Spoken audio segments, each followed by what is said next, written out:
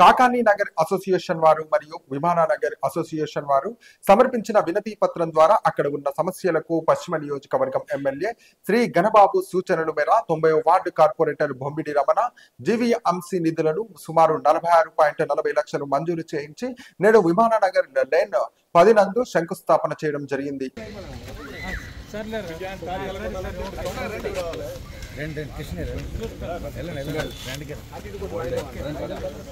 Senior most person Krishna గారు మీరు రండి సార్. ఈ భూమికి లేన్ నెంబర్ 10కి మాలిక్ మీరే రండి.